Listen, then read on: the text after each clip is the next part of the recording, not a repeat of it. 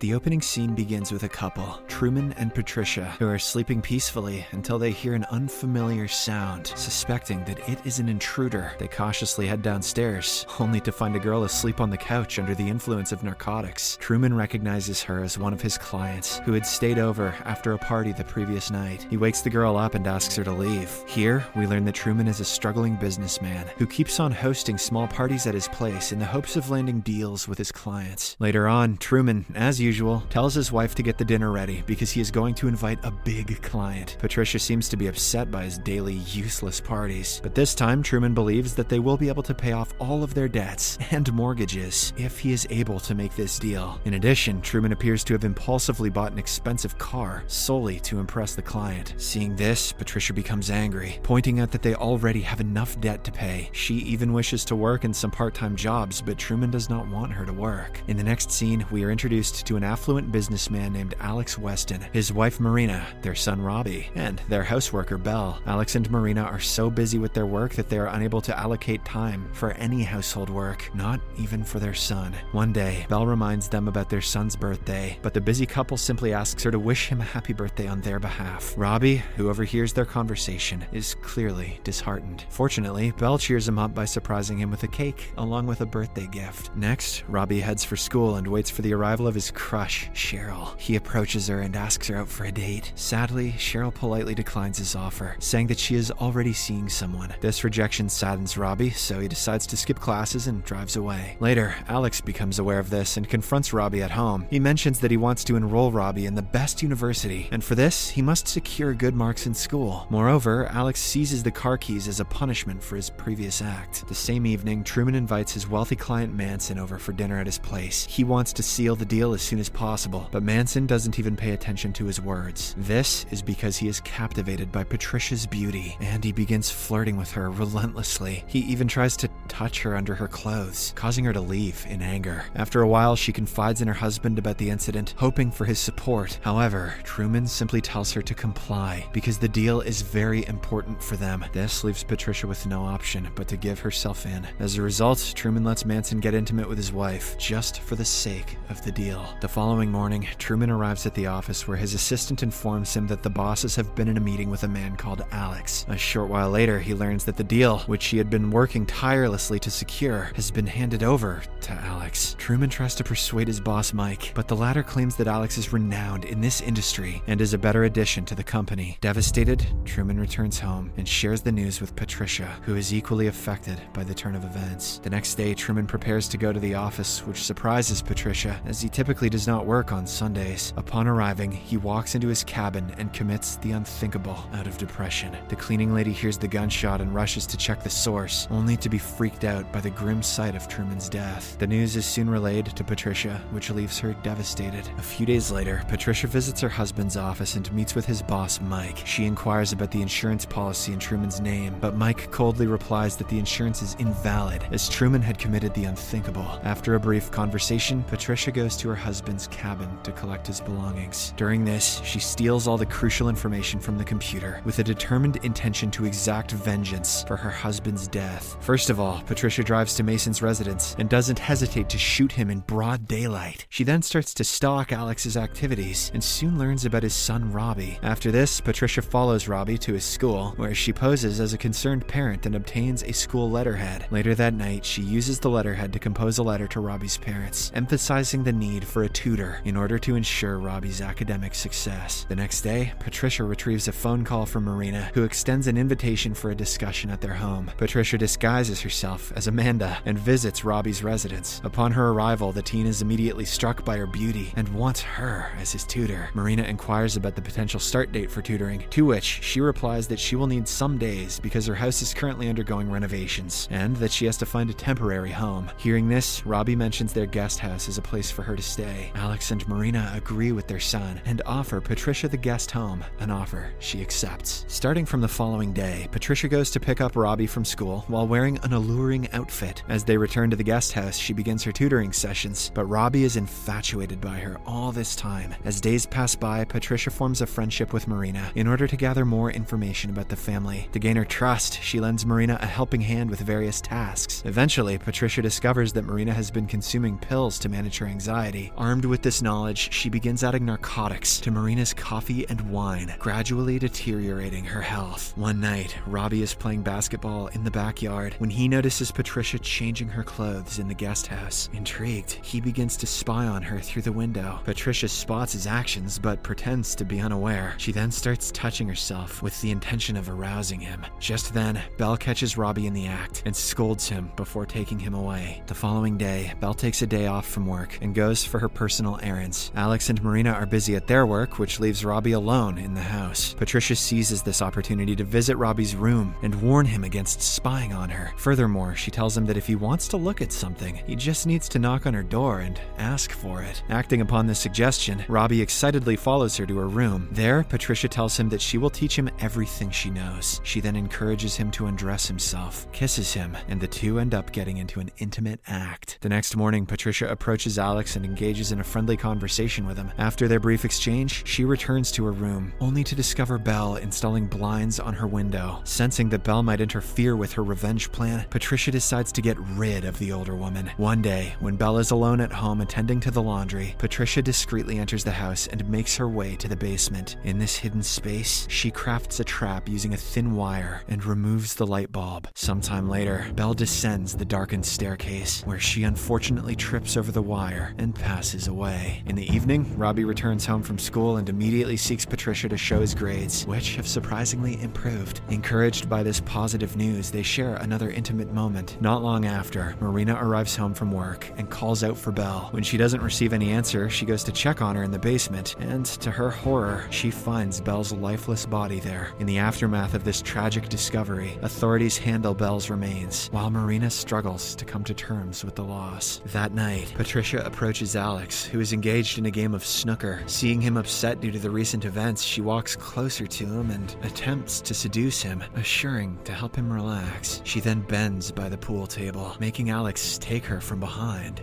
Okay. This entire affair is spotted by Robbie through the window, so Patricia acts as if Alex is forcing him to do so. The next day, she volunteers to stay in Marina's care since Belle is no more. Following her pattern, Patricia drugs Marina's coffee before serving it to her. She also contacts the pharmacy, assuming Marina's identity, and requests for more pills. All of this contributes to Marina's declining health due to pills. Afterwards, Patricia visits Robbie's room and apologizes for what he had to witness earlier in the pool room. She deceitfully asserts that Alex compelled her to do so, fueling Robbie's hatred towards his father even further. One day, Patricia goes to Marina with another coffee, mixing the drugged contents in it. During their brief conversation, she mentions that her house will be ready in a matter of days, indicating that she will leave. In response, Marina thanks her for being such a good friend and helping her this entire time. She then tries to get up from her seat, but suddenly experiences dizziness. At this moment, Marina finally notices something amiss with her coffee and suspects Patricia's involvement. That night, Robbie visits Patricia's room to bid goodbye to her because he will be leaving for his new out-of-state university and will be staying in the hostel. As a result of this, the two engage in a passionate love-making act for one last time. The following afternoon, Robbie departs for the airport with one of his friends, and Patricia also leaves in her car. As the evening dawns, a heavy rainstorm sets in, and Marina, who is all alone in her house, feels scared. In order to intensify her fear, she receives unsettling phone calls and also experiences power cuts. Amidst all this, she hears a noise coming from the basement.